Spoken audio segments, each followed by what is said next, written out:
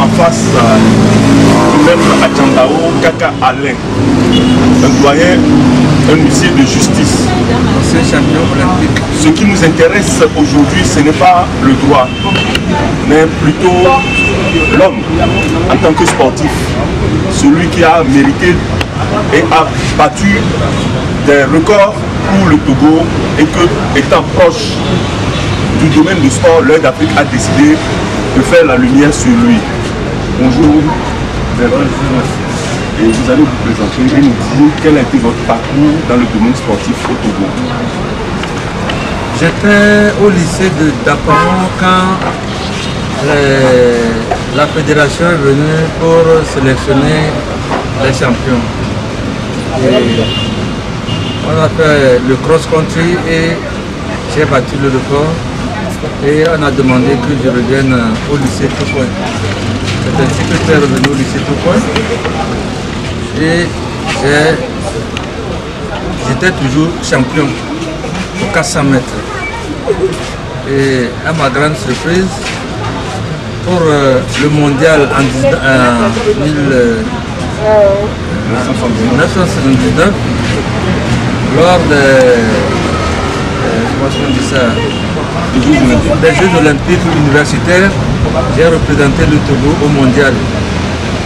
Et franchement, j'ai bonne mémoire parce que tous les anciens champions qui étaient avec moi, il y avait Daboubi, il y avait Gaboutou, lui venait de Dakar, c'est un champion aussi. Et il y avait plein de champions. Mais moi, au 400 mètres, personne ne me battait au Togo. Donc, je dois mes remerciements. Parce que même l'actuel, il était, comment on l'appelle, l'homme de l'UFC, Fabre, était un triple sauteur. Il n'a pas représenté le Togo mondial. Donc aujourd'hui, je suis content parce que je me rappelle de son excellence Yadema. Parce que grâce à lui, je vis bien. Et grâce à lui, tout le monde m'accueille. Et en tant qu'ancien champion, dites-nous, comment est-ce que vous préparez souvent vos championnats et comment est-ce que vous vous entretenez vos corps pour mériter ce record? Qu'est-ce que vous mangez et pour être aussi performant en tant que Togolais? Et moi, même en étant au lycée, je mangeais au restaurant universitaire. J'étais au lycée, mais je n'ai jamais mangé les repas que les cuisiniers font. C'est les repas universitaires qu'on me faisait manger. Mon thé, tous mes repas. Mais je viens d'apprendre que vous ne utilisez pas les fruits. Je n'avais pas ce temps. Parce que à l'époque, les filles m'appelaient Adjambao mon amour. Elles se battaient. En m'appelant Adjambao mon amour. Mais je n'ai pas ce temps. Parce que pour moi, porter une médaille et voyager, revenir avec une médaille et qu'on m'amène chez son excellence le président de la République pour me le présenter, c'était vraiment pour moi une fierté parce que je me rappelle que la dernière fois, lorsque il devait me nommer huissier, j'ai porté mes médailles pour prouver aux gens que je ne suis pas un bandit. J'ai mis des médailles au cou, j'ai mis ça au bras et quand je parle, ça fait Waya. Assila était à l'époque vivant. Assila dit, c'est à toi toutes ces médailles. J'ai dit, on ne peut pas compter 2 Togolais avant de me compter en tant que champion olympique. Et il s'est mis au garde-vous pour dire à Yadema que vraiment que je mérite. En ce moment, je devais aller à un jeu et mon entraîneur a voulu faire un jeu. Et j'étais allé me présenter avec mes médailles. Son excellence Yadema. Donc pour moi, la femme, ça ne m'intéressait pas. Monsieur Adjambao, pour la jeune génération, particulièrement aux jeunes Togolais qui sont dans le domaine du sport, je vais faire cette confidence. J'ai 2 enfants qui sont les numéros 1 et numéro 2 du tennis togolais, qui sont des médaillés. À travers ce que vous venez de déclarer, je vais leur dire Gardez vos médailles parce que c'est des privilèges que cela vous donne. Qu'est-ce que vous avez à dire à la jeunesse togolaise par rapport aux médailles? Quand vous êtes un médaillé, c'est un honneur.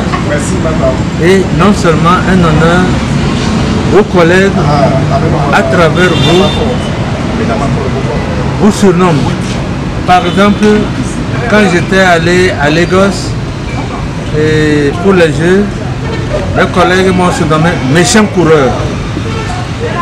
Pourquoi? Parce que moi, j'ai pas pitié. Je ne blague pas. Quand je vais à une compétition, je m'entraîne, je n'ai pas de... Je ne fais pas d'état d'âme. Non. Vous foncez? Je fonce. Aujourd'hui, vous avez quel âge et qu'est-ce que vous pouvez apporter au sport? Nous, on le sait, par les conseils, qu'est-ce que vous pouvez apporter au sport et quel est votre âge actuellement? J'ai 62 ans. Oui.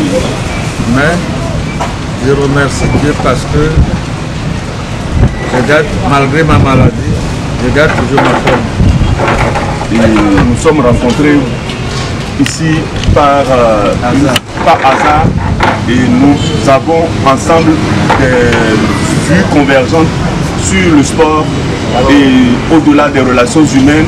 Nous avons trouvé que cette opportunité, on ne peut pas la manquer dans la mesure où j'ai des enfants qui sont sportifs et je porte une casquette qui date de la semaine dernière. Le Togo a joué ici la Coupe Davis et nous avons remporté, nous étions partis du classement 200 pays mondial pour arriver à 65e pays mondial. Donc vous voyez combien de fois je suis impliqué dans le sport. Merci beaucoup, M. Adjambao. Même lorsqu'on devait remplacer le président de la Fédération togolaise, le général d'excellence, le général Nabéry, les collègues m'ont appelé et dit Adjambao, viens, tu vas être l'actuel président de la fédération. J'ai dit non. Ce monsieur a vanté tous mes mérites quand il était encore officier. S'il m'appelle, viens m'aider à travailler, je vais venir. Mais aller remplacer quelqu'un qui m'a dirigé, je ne peux pas le faire. Ce serait une injustice. Ce ne serait pas bon. Parce que à mon temps, par exemple, il y avait Olympio, qui était mon président de la fédération, qui m'adorait trop. Il était un juge. Olympio. Il m'adorait trop. Et à tout moment, quand je vais quelque part, d'autres disent méchant coureur. Quand on dit méchant coureur, ça veut dire que je ne fais pas de sentiments. Oui, tu ne fais pas dans la dentelle. Non. Un grand coureur. Moi, je dirais un grand coureur de tout temps pour le Togo, qui doit inspirer la jeunesse togolaise à avoir des valeurs qui permettent de donner des exemples à la génération actuelle et future. Sans ces exemples, nous ne pouvons pas construire une nation juste, équitable, qui donne de l'éducation aux enfants à travers l'éducation de la compétence. Merci. Monsieur Adjambao.